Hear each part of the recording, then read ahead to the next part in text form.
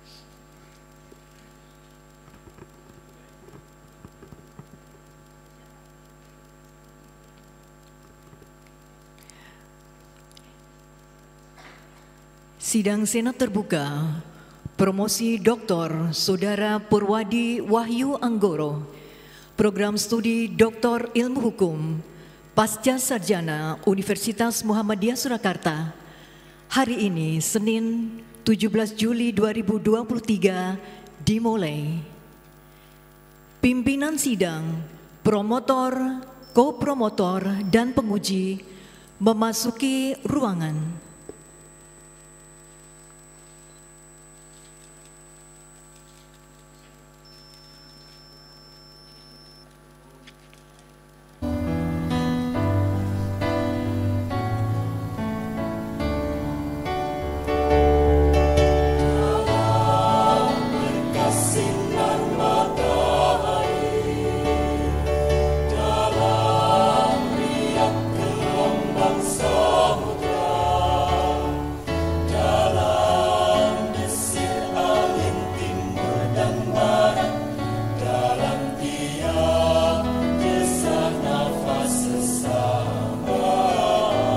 Menyanyikan lagu Indonesia Raya dan Sang Surya, hadirin dimohon berdiri.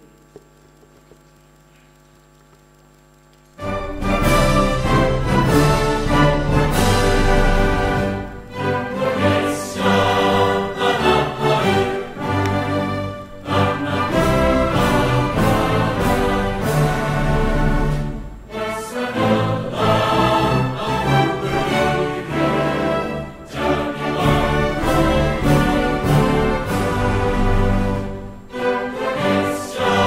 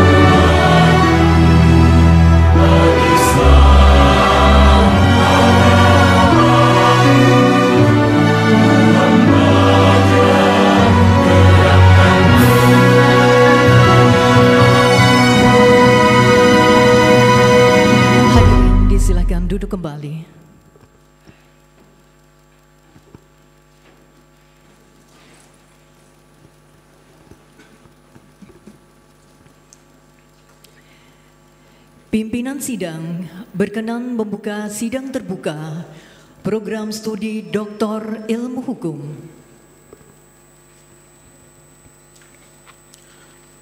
Bismillahirrahmanirrahim. Assalamualaikum warahmatullahi wabarakatuh.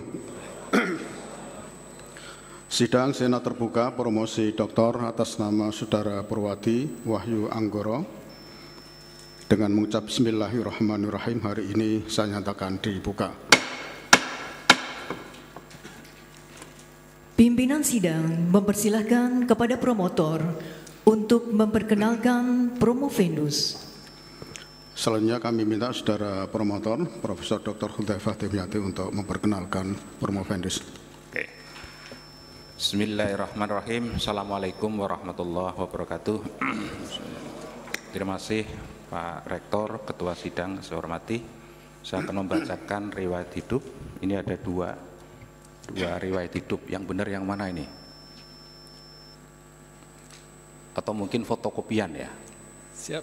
Oke, saya bacakan dulu. Siap, nih Pak Purwati ya. Siap. Nama Purwati Wahyu Anggoro SIKMH.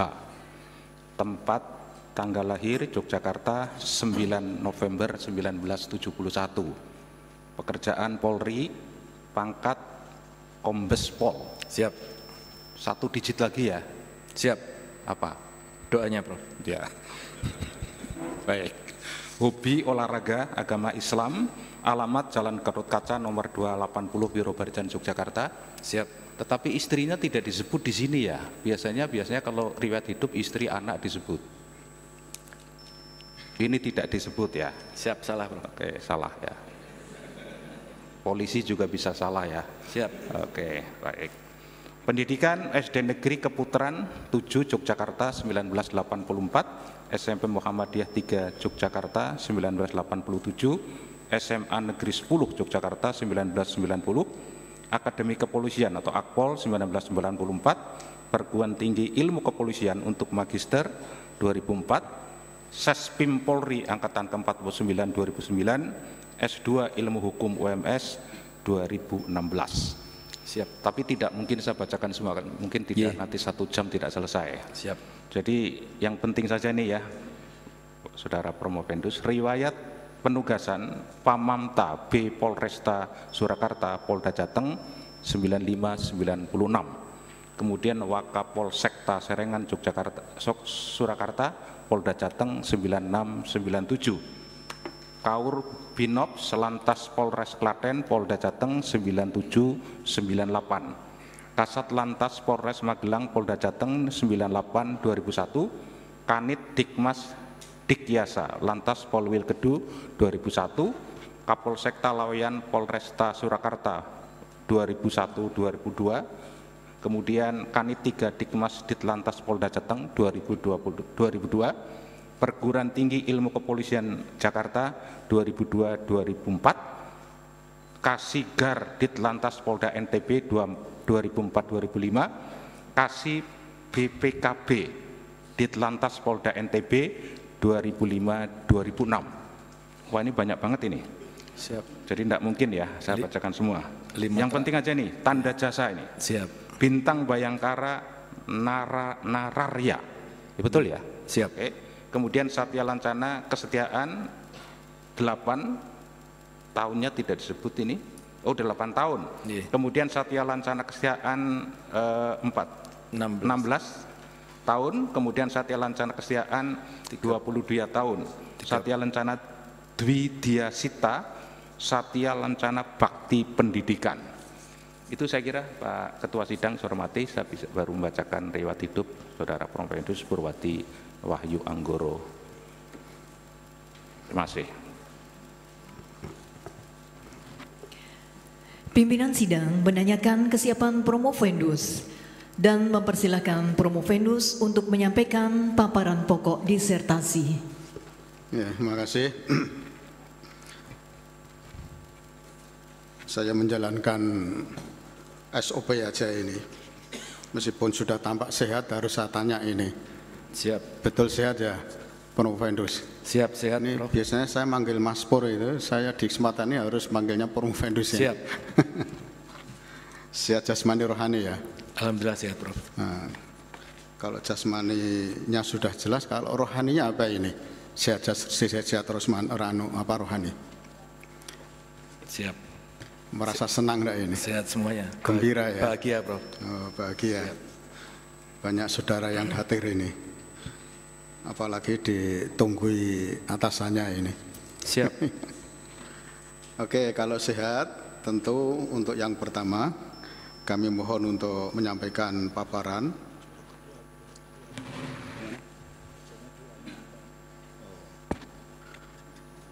Ya, biasanya saya juga tanya sudah berdoa belum gitu ya? Sudah. Sudah ya. Siap, sudah. Doanya mesti minta lulus ya. Atau mungkin minta yang lain. Karena saya dengar juga sebentar lagi mau dilantik lagi ya di daerah lain ya. Siap. Tadi saya sudah juga bincang-bincang dengan Prof. Krisanda tadi. Apa bisa dipakai kalau sudah lulus doktor itu bisa mempermudah untuk mendapatkan bintang ya itu. Amin. Kata beliau bisa katanya. Doanya, Prof. Sehingga mudah-mudahan dengan selesainya dokter nanti bisa memperkuat ya kompetensi sehingga bisa lancar dalam kepangkatan. Kami persilahkan biasanya 15 menit ya. Siap. Tapi kalau kurang 15 menit lebih bagus. Iya, siap. Ya. Monggo silakan. Siap. Bismillahirrahmanirrahim. Assalamualaikum warahmatullahi wabarakatuh. Assalamualaikum. Salam sejahtera bagi kita sekalian. Puji dan syukur kita panjatkan kehadirat Allah yang Maha Kuasa, Tuhan yang Maha Esa, atas limpah rahmat dan hidayah-Nya sehingga kita dapat bertemu dalam acara ini. Selawat serta salam kita aturkan pada junjungan kita Nabi Muhammad SAW. Yang terhormat dan terpelajar Profesor Dr. Sofyan Hanif MSI, yang terhormat dan terpelajar Profesor Dr. Gus Said Fadimyati MHum, yang terhormat dan terpelajar Profesor Dr. Absori MHum, yang terhormat dan terpelajar Profesor Dr. Kelik Wardiono SHMH, yang terhormat dan terpelajar Inspektur Jenderal Polisi Profesor Dr. Krisnanda Diwaksana MSI, yang terhormat dan terpelajar Profesor Dr. Aidul Fitri Siada Asari MHum, yang terhormat penguji terakhir Bapak M. Farid Wajdi MM PhD. Terima kasih atas waktu yang diberikan pada saya untuk memaparkan hasil penelitian. Penelitian saya berjudul Hukum dan Kekerasan Massa, Pengendalian Kekerasan Massa berbasis transendental di Kepolisian. Adapun kami mengambil judul tersebut terkait dengan latar belakang bahwa Indonesia adalah negara yang majemuk, di banyak suku, agama, adat istiadat, di mana kekerasan terjadi sejak masa Orde Lama, Orde Baru sampai dengan Reformasi, yang memiliki ciri yang khas terjadi pada skala nasional, regional, lokal, dan individual. Kekerasan menjadi role model yang agresif, kejam, dan sadis sehingga perlu dilakukan upaya preventif agar tidak terjadi. Permasalahan yang kami ambil adalah yang pertama, bagaimana pengendalian kekerasan massa yang dilakukan kepolisian di wilayah Surakarta. Yang kedua, bagaimana konsep pengendalian kekerasan massa oleh Polri yang berbasis transendental di kepolisian. Adapun tujuan penelitian adalah mendeskripsikan dan mengeksplanasi pengendalian kekerasan massa yang dilakukan kepolisian Surakarta dan eksplor konsep pengendalian kekerasan massa berbasis transendental di kepolisian. Adapun manfaat penelitian, yaitu kami ingin memberi kontribusi ilmiah, memperkaya khasanah ilmu, sumber daya pemikiran, dan menambah wawasan dan untuk tugas kepolisian. Dalam penelitian ini ada 6 penelitian yang relevan yang kami ambil sebagai bahan, yaitu yang pertama, konflik horizontal dari David Bromfield dan Ben Reilly. Dapat kami ambil adalah pemicu terjadinya konflik yang berkepanjangan, yaitu satu elemen identitas, yaitu mobilisasi orang dalam kelompok identitas komunal. Dapat berupa ras, agama, kultur, bahasa, dan lain sebagainya. Dan kedua, elemen distribusi, yaitu cara membagi sumber daya, ekonomi, sosial, dan politik dalam sebuah masyarakat. Yang kedua adalah anatomi kekerasan sosial dari Unsfir. Itu di situ kami ambil konflik horizontal dan vertikal atau communal violence diakibatkan oleh 3 sistem, yaitu 1 sistem pemerintahan autokratik ke demokratik, 2 sistem ekonomi patron ke sistem kroni ekonomi kapitalis ke ekonomi berbasis pasar, dan 3 sistem sentralisasi sosial ekonomi ke sistem desentralisasi sosial ekonomi. Yang ketiga adalah pemicu kekerasan dari Scott Strauss. Di situ kami ambil adalah pemicu utama 1 perubahan signifikan dalam lingkungan strategis, 2 pengambil alihan wilayah dengan populasi terkait dengan musuh, 3 tindakan keras terhadap protes, dan keempat pelanggaran institusi signifikan dan simbolis. Yang keempat adalah kekerasan massa sendiri. Kekerasan massa kami ambil dari Suwarno, Abdul Sani, dan Perulsah, yaitu ketika hukum dipandang tidak mampu untuk melindungi, memberi keadilan dan perdamaian masyarakat, maka masyarakat akan melakukan apa yang secara sosiologis istilahkan dengan self-help. Wujud dari tindakan tersebut adalah tindakan main hakim sendiri atau engaging. 5. Terkait konflik dari Ali Maksum, Suroto, dan Mahdi Surundi, kami mengambil bahwa resolusi konflik merupakan tahap penting dalam penyelesaian kekerasan. Dapat dilakukan dengan mekanisme budaya lokal. Rekomendasi adalah kebutuhan untuk tumbuh kembangnya pendidikan multikultural untuk menanamkan sikap toleransi dan keragaman perbedaan. Yang keenam adalah kebijakan asimilasi dan multikulturalisme pada masa Orde Baru dari Leo Suryadinata, yaitu kebijakan Soeharto cenderung anti-asimilasi yang cenderung memilah antara pribumi dan non-pribumi, bukan mempersatukan etnik Tionghoa dan orang Indonesia asli. Multikulturalisme bertentangan dengan konsep kebangsaan Indonesia yang berdasarkan model penduduk asli dan merupakan konsep yang spesifik.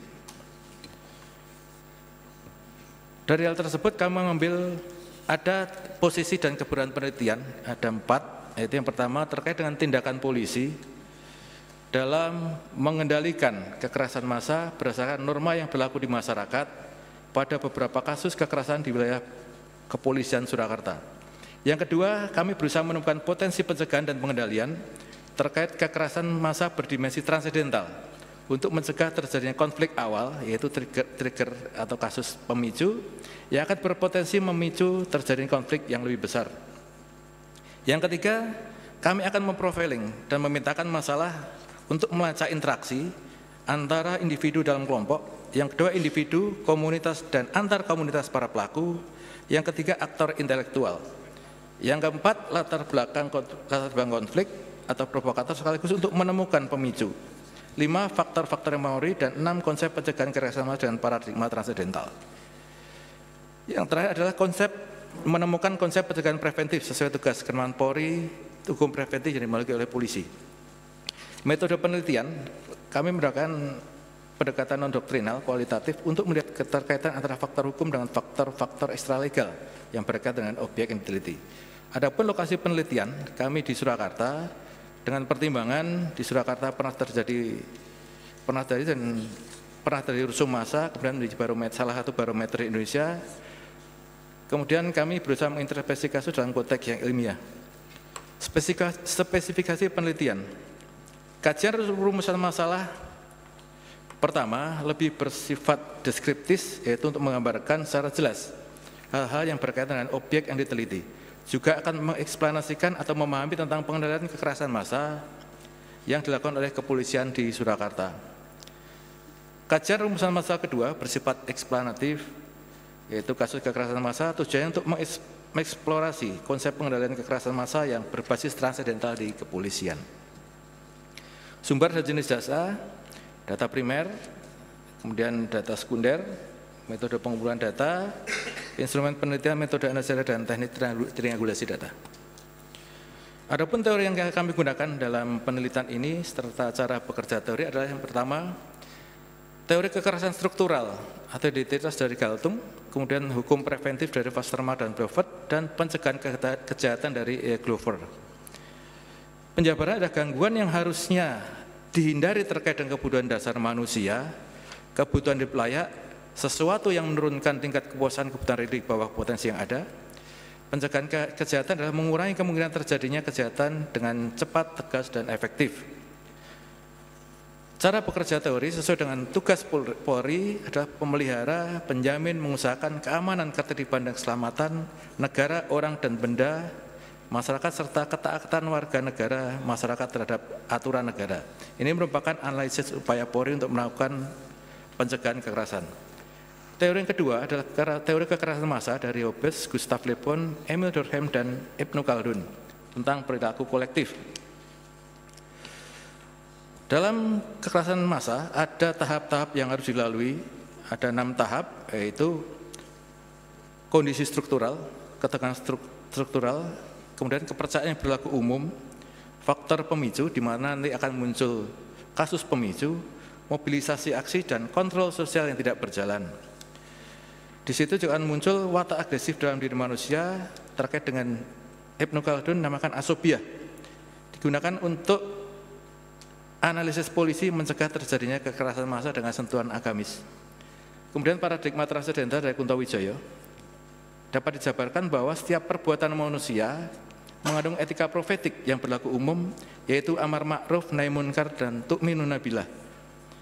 Sementara kriteria transendental itu sendiri adalah unggul, agung, melampaui superlatif, dan melampaui pengalaman manusia. Metode objektifikasi ini adalah penerjemahan nilai-nilai subjektif agama dalam kategori objektif dan perilaku akan menjadi tingkah laku yang objektif. Menerjemahkan kekerasan massa sebagai kekerasan sebagai larangan Allah SWT, perbuatan dosa, dan upaya penyadaran sebagai pencegahan kekerasan.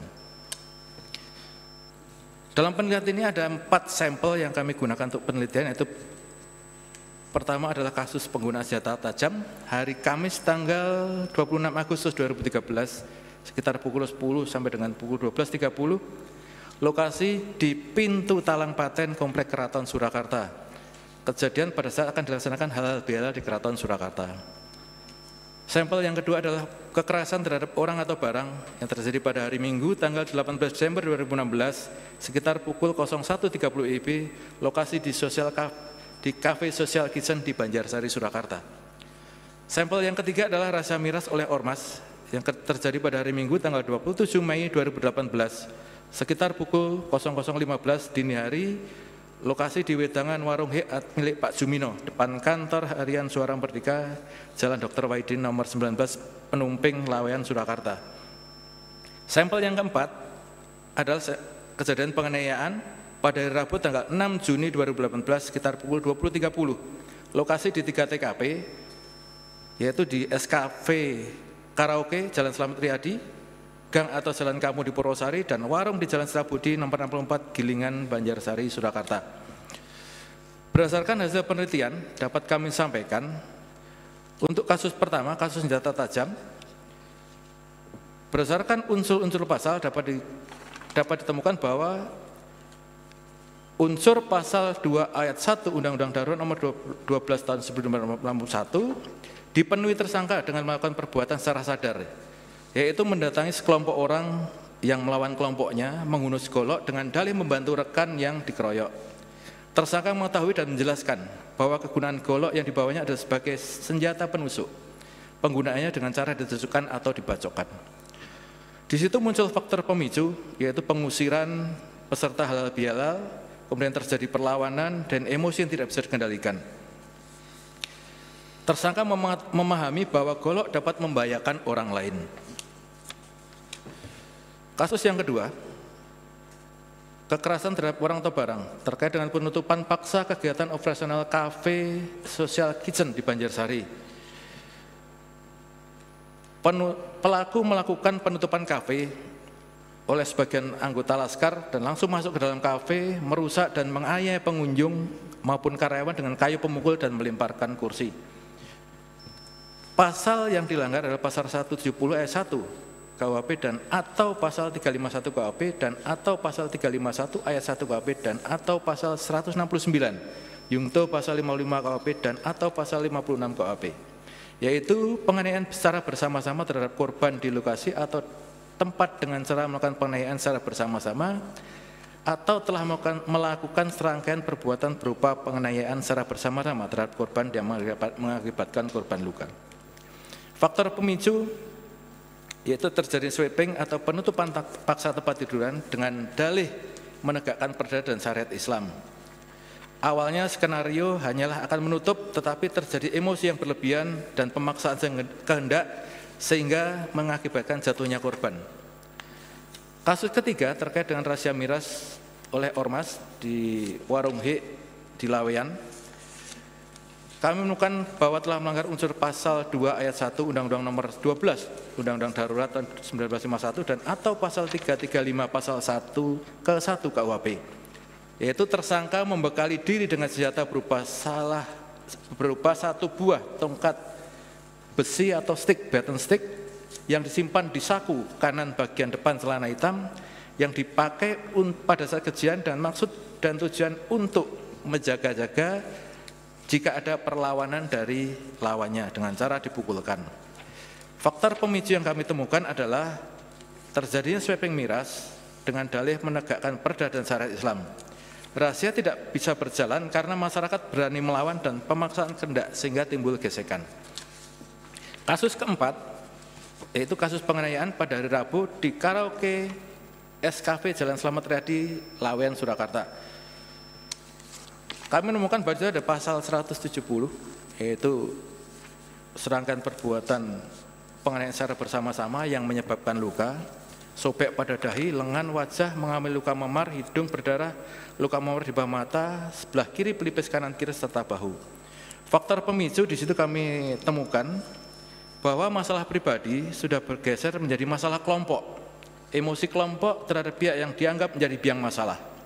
Aksi ini melakukan pencarian terhadap korban dan rekan-rekannya, sehingga terjadi efek asobiah, yaitu dapat diartikan sebagai solidaritas anggota kelompok yang tidak suka anggotanya mengalami hinaan, sehingga kelompok tersebut berusaha untuk mengembalikan eksistensi kelompoknya. Analisa dan pembahasan berdasarkan penelitian yang kami lakukan, kami menganalisa dan membahas, yaitu pertama tentang kekerasan massa dalam kebebasan berpendapat perspektif transendental, yaitu yang pertama ketentuan hukum kemerdekaan berpendapat. Pasal 1 ayat 1 Undang-Undang Nomor 9 tahun 1998 bahwa kemerdekaan menyampaikan pendapat adalah hak setiap warga negara untuk menyampaikan pikiran secara lisan, tulisan, dan sebagainya. Namun harus bertanggung jawab dan ada batas-batas penghargaan terhadap orang lain dan norma etika. Yang kedua, perlindungan kemerdekaan berpendapat oleh pasukan Asmaul Husna. Polri mengamankan penyampaian pendapat agar tertib, aman, dan lancar. Ini adalah merupakan langkah transendental dengan pasukan Asmaul Husna yang melantunkan dikir Asmaul Husna agar situasi unjuk rasa menjadi dingin. Tiga, perlindungan kemerdekaan berpendapat dalam perspektif teori hukum.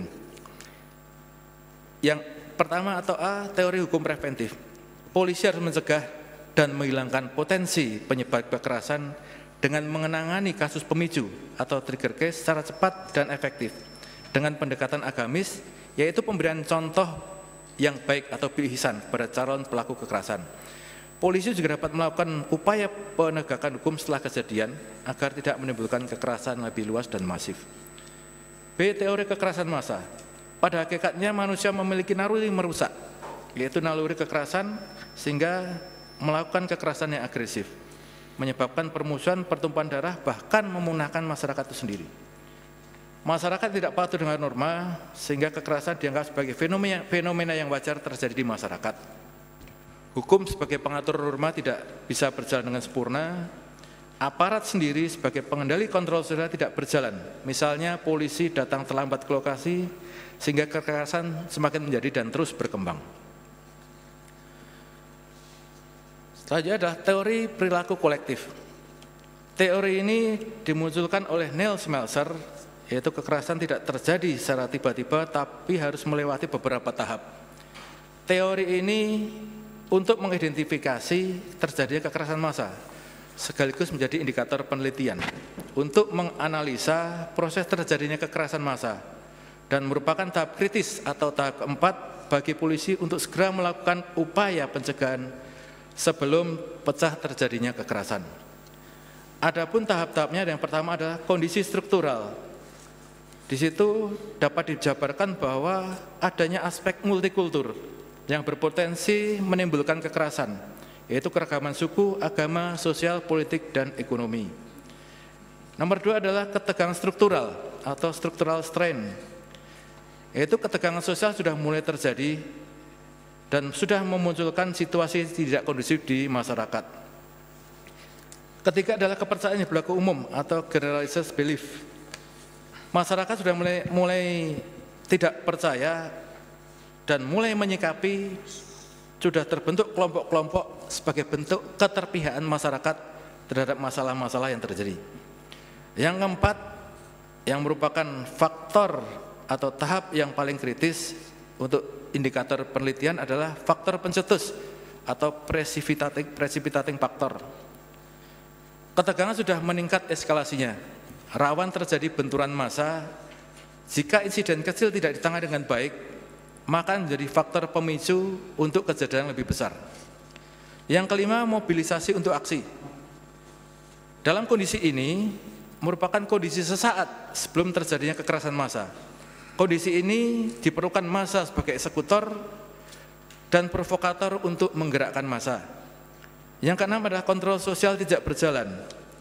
Pada saat kekerasan massa terjadi, aparat selaku kontrol sosial tidak hadir atau terlambat datang ke lokasi. B. Penanggulangan kekerasan massa dalam perspektif transidental. Satu indikator kekerasan tahap kekerasan sosial. Pada tahap ini sudah terjadi situasi keresahan-keresahan dan gejala-gejala di masyarakat. Ditandai dengan beredarnya isu-isu, desas-desus maupun selebaran. Warga masyarakat mulai terpancing dengan isu yang beredar dan sudah ada upaya untuk menggalang opini dan dukungan massa untuk melakukan protes. Polisi melakukan penyelidikan, kemudian identifikasi, melakukan koordinasi, sosialisasi, penyuluhan dan bimbingan dan antisipasi untuk kejadian lanjutan. Indikator transidental terhadap unjuk rasa. Langkah-langkah polisi dalam mengatasi peristiwa kekerasan massa berdasarkan indikator transidental pada tahap unjuk rasa dapat dilakukan berdasarkan tahapan sebagai berikut, yaitu yang pertama, unjuk rasa damai atau laumas. Polisi melakukan dialog, memberikan himbauan dan melakukan penjagaan agar tidak berkembang menjadi situasi yang tidak baik. Yang kedua, massa kurang tertib atau moderat, polisi melakukan negosiasi. Dalam hal sudah memberikan peringatan, kemudian mengawasi sampai massa bubar. Ini merupakan tahap selanjutan setelah unjuk rasa damai. Kemudian massa mengarah rusuh. Polisi sudah melakukan tindakan untuk memecah massa dengan menyemprotkan batu kanan, melakukan lintas ganti brimob, menembakkan peluru hampa, peluru karet, dan melakukan penangkapan pelaku. Yang D, massa brutal dan berbahaya. Polisi melakukan tindakan represif dengan kekuatan penuh, yaitu tembakan peluru karet, penggiringan massa, penangkapan, dan penyuluhan. Indikator transidental tahap kekerasan massa. Apabila unjuk rasa terus berkembang menjadi kekerasan massa, polisi wajib melakukan tindakan sesuai tahapan dan situasi tersebut.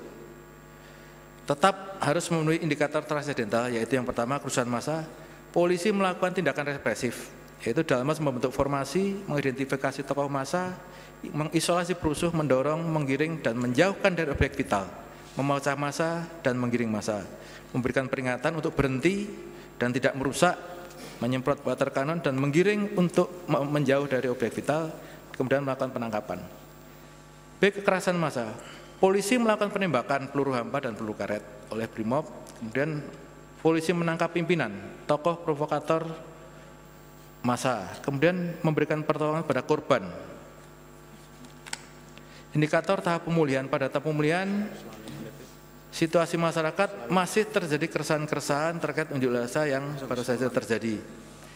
Masih ada gejala-gejala, yaitu isu-isu yang beredar, desas-desus, selebaran gelap, masyarakat terpancing, dan masih tergalang opini. Konsep preventif yang kami tawarkan, siap Prof? Langsung simpulan aja Pak. Iya, siap. Sudah 25 menit. Siap.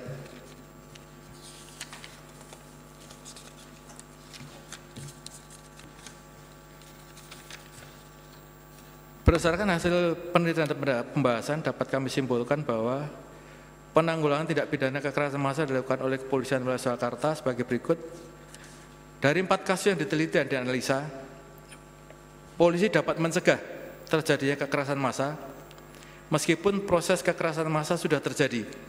Namun polisi bertindak cepat dengan mengamankan pelaku sehingga kekerasan susulan tidak menyebar.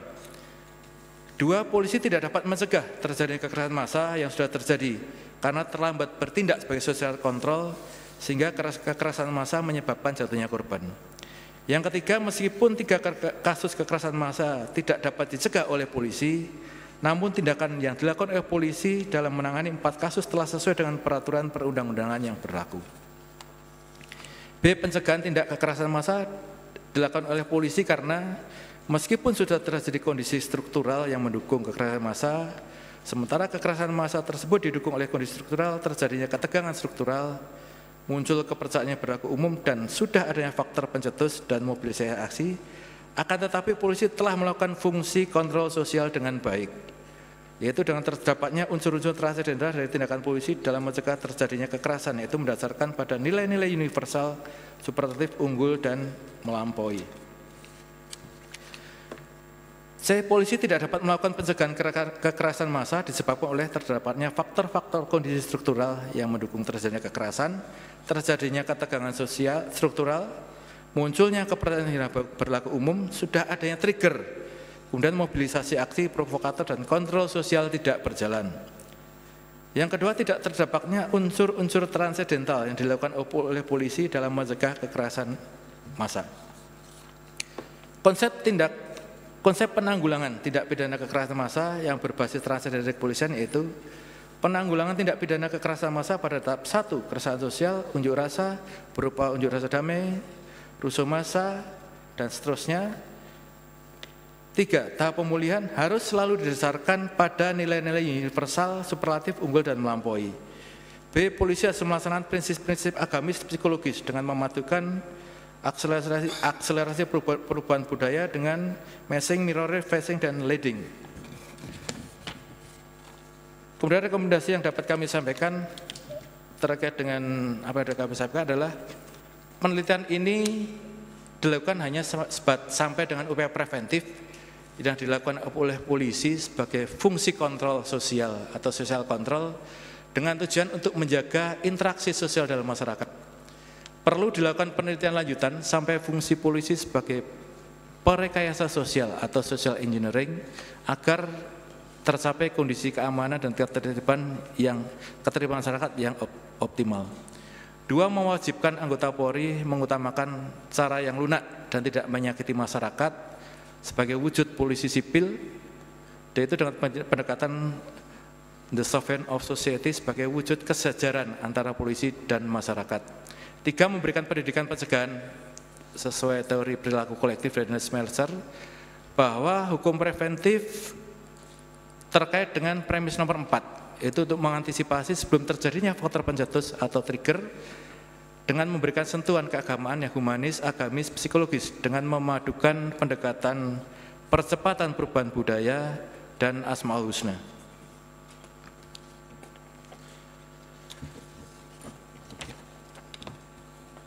Mohon izin, Prof. Demikian dapat kami sampaikan dari hasil penelitian kami. Selanjutnya kami mohon petunjuk dan arahan. Terima kasih. Assalamualaikum warahmatullahi wabarakatuh. Assalamualaikum warahmatullahi wabarakatuh.